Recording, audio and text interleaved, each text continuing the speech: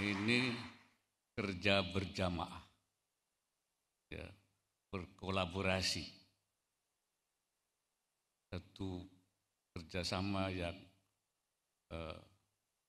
luar biasa di dalam rangka mengawal siaran. Siaran ini harus dikawal, selain dikawal oleh aturan-aturan, tapi juga perlu dikawal melalui pengawasan-pengawasan, selain oleh KPI, juga oleh Majelis Ulama Indonesia. Terutama pada saat bulan Ramadan, supaya kesucian bulan Ramadan itu tidak ternodai oleh siaran-siaran yang kontraproduktif, yang justru tidak membawa kebaikan, tapi juga membawa ketidakbaikan. Ini kalau bagi Majelis Ulama Indonesia, saya ini mantan ketua umum yang dulu memang waktu memulai itu adalah dalam rangka ada satu program Majelis Ulama, bahkan menjadi visi misi Majelis Ulama, namanya Himayatul Ummah wa Wiqayatul Ummah, menjaga umat dan melindungi umat. Salah satu yang harus dilindungi itu adalah Wiqayatul Ummah, Himayatul Ummah anil afkaril munharifah, dari cara berpikir yang menyimpang, wa anil hayatil munharifah, dan dari perilaku yang menyimpang. Perilaku yang menyimpang ini itu harus dijaga umat ini, tentu umat dan bangsa. Karena akan berakibat fatal kalau pikirannya menyimpang, perilakunya menyimpang, itu akan membawa kerusakan. Supaya cara berpikir dan perilaku daripada umat dan bangsa ini berjalan di atas komitmen keagamaan dan komitmen kebangsaan. Kalau bahasa di Majelis Ulama itu harus nanta fi manhajil haq, dalam cara jalan pikiran yang benar, atau fi manhaji Rabbil Alamin, yaitu manhaj menurut petunjuk agama, menurut petunjuk Allah, atau berdasar pada irsyadat Rabbaniyah, petunjuk-petunjuk Allah, wa taujihat Rabbaniyah, tidak pada mengikuti tibai ahwaim, hawa nafsunya. Jadi ada berpikir, berperilaku menurut tuntunan Allah dan benar, ada yang menurut ahwaihim atau ahwaahum, hawa nafsunya saja, kepentingannya saja. Nah, kalau kata Allah Subhanahu wa taala dalam Al-Qur'an, walau ittaba'al haqqu ahwaahum la fasadatis samawati wal ard wa man fihinna. Kalau saja yang kebenaran itu mengikuti ahwaahum, mengikuti cara berpikir menurut hawa nafsu masing-masing itu, menurut kepentingan masing-masing itu, maka akan rusaklah bumi, langit, dan seisinya. Ini yang harus dijaga supaya masyarakat ini tidak berpikir, berperilaku ala ahwaihim, menurut hawa nafsu. Ini. Oleh karena itu kita perlu mencerdaskan. Kalau orang cerdas itu pasti tidak akan keliru. Walaupun zaman kita itu zaman post-truth, begitu namanya sekarang ya, pasca kebenaran. Antara benar yang salah itu samar saja, disamarkan. Ada kesamaran. Tetapi bagi orang atau bahasa agamanya namanya iltibas. iltibas itu mana yang benar, mana yang salah. Banyak orang keliru. Banyak anak-anak yang tidak bisa lagi membedakan. Nah, itu karena itu harus dijaga ini. Ya. Tapi bagi orang yang cerdas, yang pikirannya artinya sehat, waras, normal, tidak akan ada keliru. Apalagi kalau bagi kiai itu enggak ada. Atau hampir kiai. Jadi ada yang kiai, ada hampir kiai. Hampir kiai itu belum kiai tapi sudah deket-deket kiai itu. Itu tidak akan ada keliru. Ibnu Athaillah itu mengatakan la yukhafu alaika antal tabisa turuq alaika. Kita dikhawatirkan atas kamu akan terjadinya iltibas, kesamaran. Kenapa?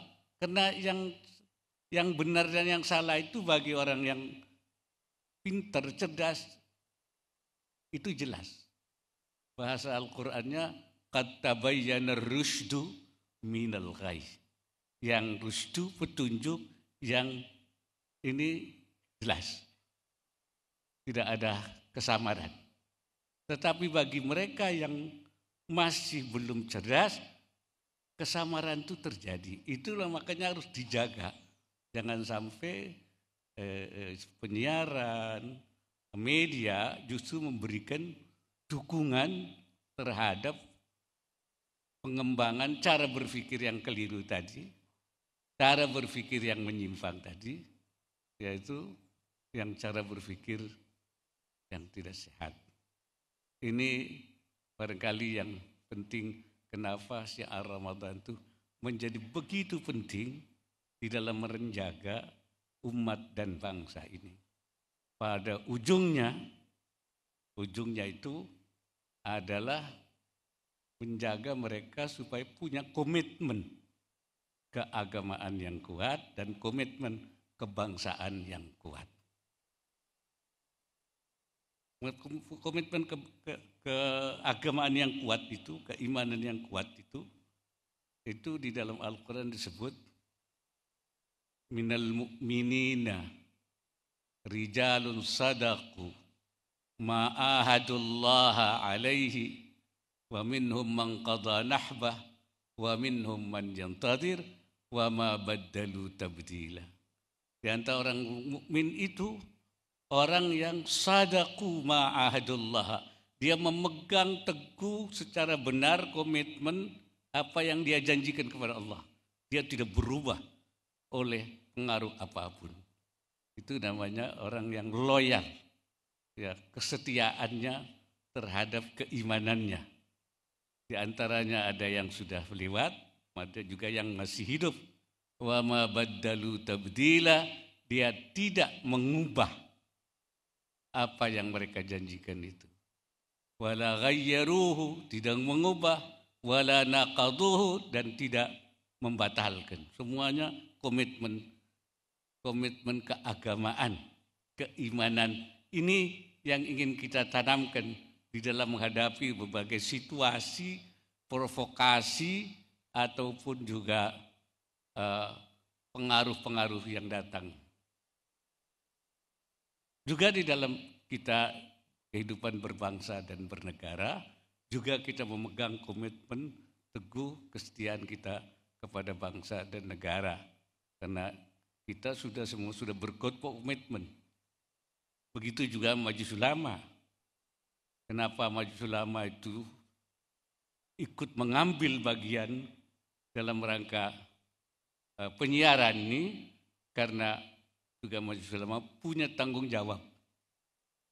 Karena Majelis Ulama punya dua kesepakatan, punya dua mitsaq yang dipegang oleh Majelis Ulama sebagai wadah para ulama. Para ulama itu punya dua kesepakatan. Yang satu namanya mitsaq rabbani, yaitu kesepakatan dengan Tuhan, dengan Allah. Dan yang kedua mitsaq watani, yaitu kesepakatan dengan sesama bangsa kita. Yang mitsaq rabbani yaitu sebenarnya ini perjanjian antara Allah dengan para nabi. yang di dalam Al-Quran disebut wa akhadna minan nabiyyina mitsaqahum. Saya telah mengambil kesepakatan dari para nabi, kata Allah. Wa minka, dan dari engkau Muhammad, wa min Nuhin wa Ibrahim wa Musa wa Isa bin Maryam, dari engkau Muhammad, dari Nuh juga, dari Ibrahim juga, dari Musa juga, dari Isa bin Maryam juga. Wa akhadna minhum mitsaqan ghalidha, dan kami ambil dari mereka para nabi perjanjian yang kuat. Jadi perjanjian Allah dengan para nabi itu disebut mitsaqan ghalidha. Nah, perjanjian itu yang menjadi juga perjanjian para ulama. Karena apa? Karena ulama adalah pewaris para nabi. Al ulama warasatul anbiya, maka menjadi mitsaqnya ulama. Karena majelis ulama adalah wadahnya para ulama, maka itu juga menjadi mitsaqnya perjanjian para majelis ulama dengan Allah Subhanahu wa taala. Perjanjian apa itu? Untuk menjaga umat ini, untuk memperbaiki umat. Himayatul ummah wa islahul ummah, itu tugas yang diberikan pada kita itu. Yang kedua adalah mitsaq watani, kesepakatan nasional sesama bangsa dengan dasarnya Pancasila, Undang-Undang Dasar 45 dan NKRI. Ini komitmen kita, dan itu disepakati oleh para ulama. Antara mitsaq rabbani dan mitsaq watani tidak ada pertentangan, tidak saling menegasikan. La munafata bainahuma, enggak ada saling meniadakan. Dua-duanya adalah menjadi satu kesatuan yang tidak bisa dipertentangkan dan melakukan dua hal, dua kesepakatan yang harus dijalankan secara bersama-sama. Itulah makanya tanggung jawab ulama itu memiliki tanggung jawab besar dalam memperbaiki umat, dalam rangka himayatul ummah wa wiqayatul ummah, menjaga dan melindungi umat.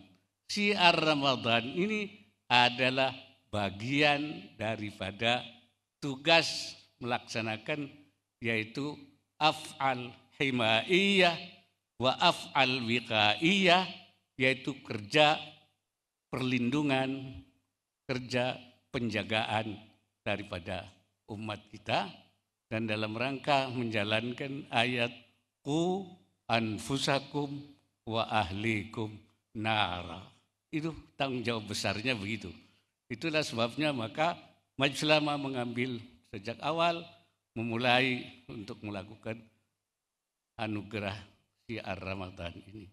Alhamdulillah sekarang ini sudah menjadi komitmen bersama, dan ke depan harus lebih baik lagi, ya.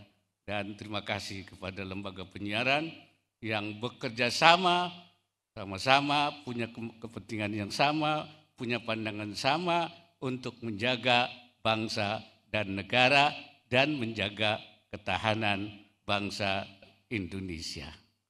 Saya kira itu yang dapat saya sampaikan. Mudah-mudahan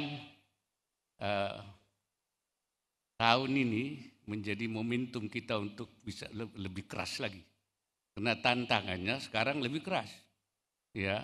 Perilaku menyimpang, cara berpikir yang menyimpang ini sudah sangat memprihatinkan. Yang baru itu apa? Yang sekarang boleh berhubungan seks antara anak dan bapak, ibu dan anak, kakak dan adik, itu apa namanya sekarang?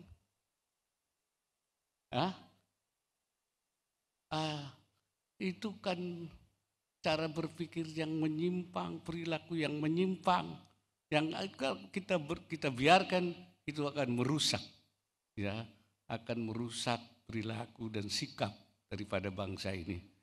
Kita tidak ingin bangsa ini menjadi bangsa yang hancur, bangsa yang gagal, bangsa yang tidak punya tanggung jawab, dan tidak punya komitmen kebangsaan yang kuat. Barangkali itu yang dapat saya sampaikan. Terima kasih, kurang lebihnya hadanallah wa iyyakum ajma'in ila aqwamit thariq wallahul muwaffiq ila aqwamit thariq. Wassalamualaikum warahmatullahi wabarakatuh.